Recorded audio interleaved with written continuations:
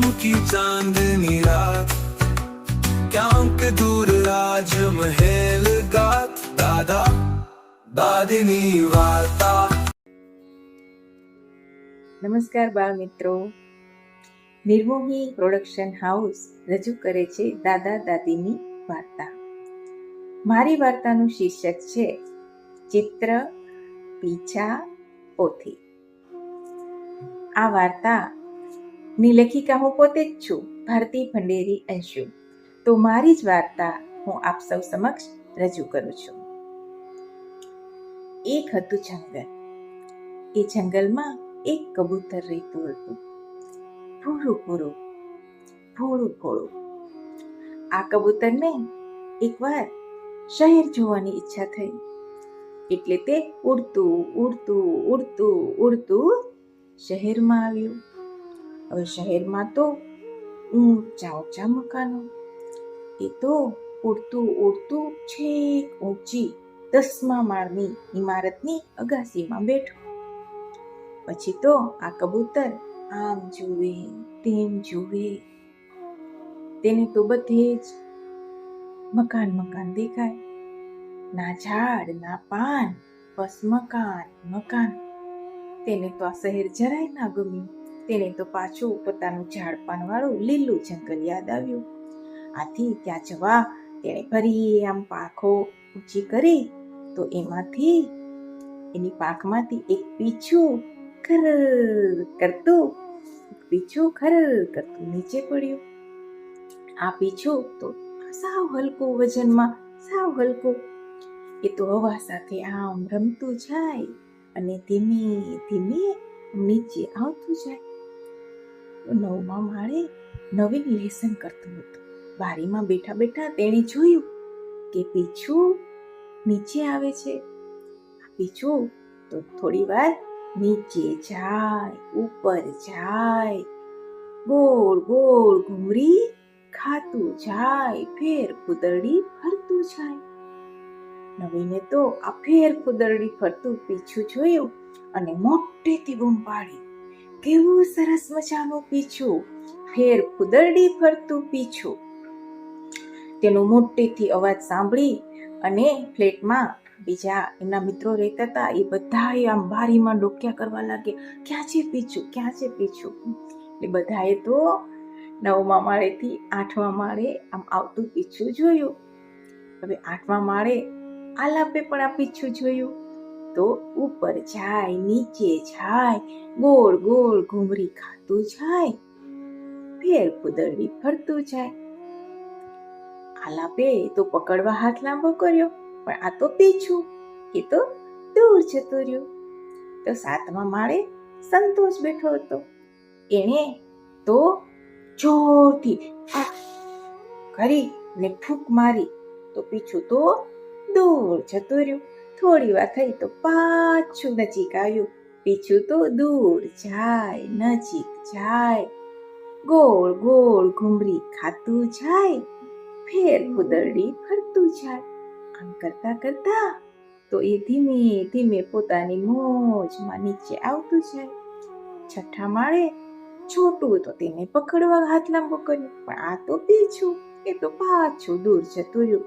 અને 5મા માળે એક દાદાજી છાપો વાંચતા હતા. એના પગ પાસે જઈને પડ્યું. દાદાજીને તો જરાય ના ગમ્યો. તેણે મોઢું મચકોડ્યું અને પીછાને આમ ઉપાડી અને બારીમાંથી બહાર ફેંકી દીધું. તોય આ તો પીછું મોજમાં, એને તો જરાય ખોટું ના લાગ્યું.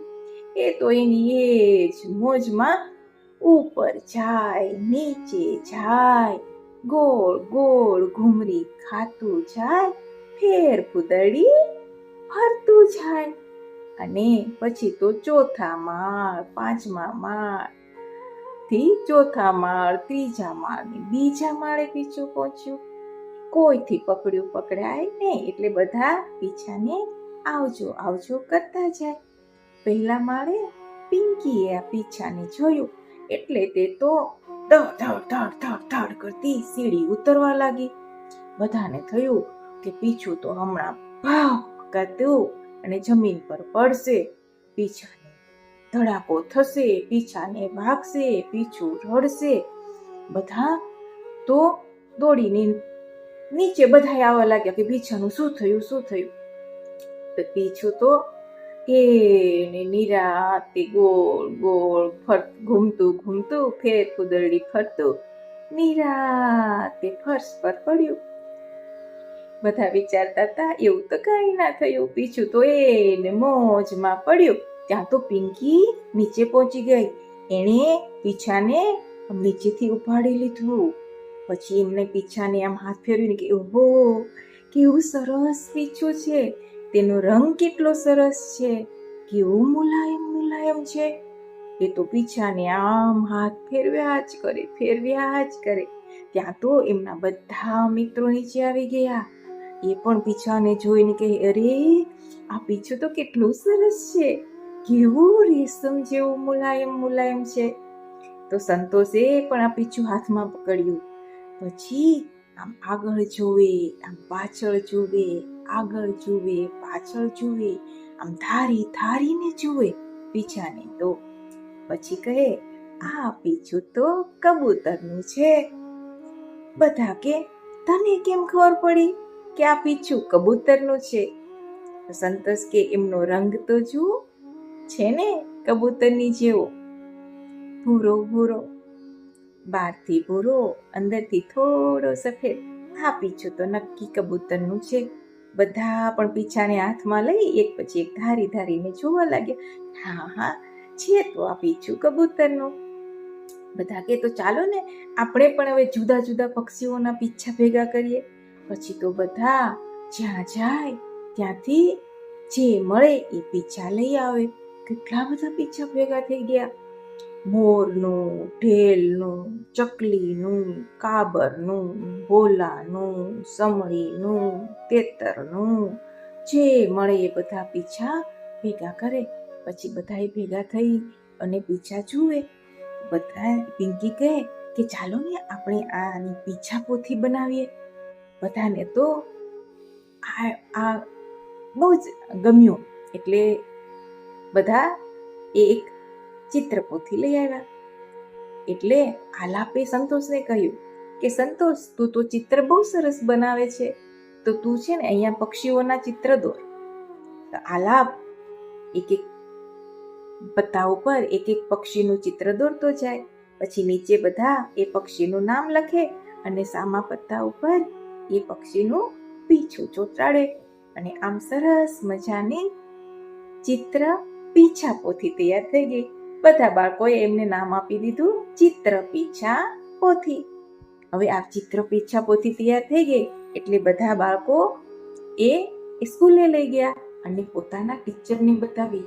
બધા અલગ અલગ બધા પીછા એમાં ચોંટાડી ચિત્રો સાથે. તો શિક્ષકે જોઈ તો બધાને ખૂબ ગમ્યું અને બધા શિક્ષકોએ પણ બાળકોને ખૂબ ખૂબ અભિનંદન આપ્યા. અને સ્કૂલના બધા બાળકોને આ ચિત્ર પીછા પોથી બતાવી. બધા બાળકો પણ ચિત્ર પીછા પોથી જોતા જાય, પક્ષીઓનું ચિત્ર જોતા જાય, પીછું જોતા જાય અને પક્ષીઓને ઓળખતા જાય અને સાથે ગાતા પણ જાય. ચિત્ર પીછા પોથી અમારી, ચિત્ર પીછા પોથી અમારી, અમે બનાવી સહિયારી. ચિત્ર દોર્યું, પીછું ચોંટાડ્યું, ચિત્ર દોર્યું, પક્ષીનું પીછું ચોંટાડી, આપે જાણકારી પક્ષીઓની. ચિત્ર પીછા પોથી અમારી. બાળકો, તમને ગમી આ ચિત્ર પીછા પોથીની વાર્તા? તમે પણ આવી રીતે ચિત્ર પીછા પોથી, પછી ચિત્ર પાન પોથી, આવી રીતે જુદી જુદી ચિત્ર પોથીઓ બનાવી શકો છો. તો બનાવશો ને? આવજો.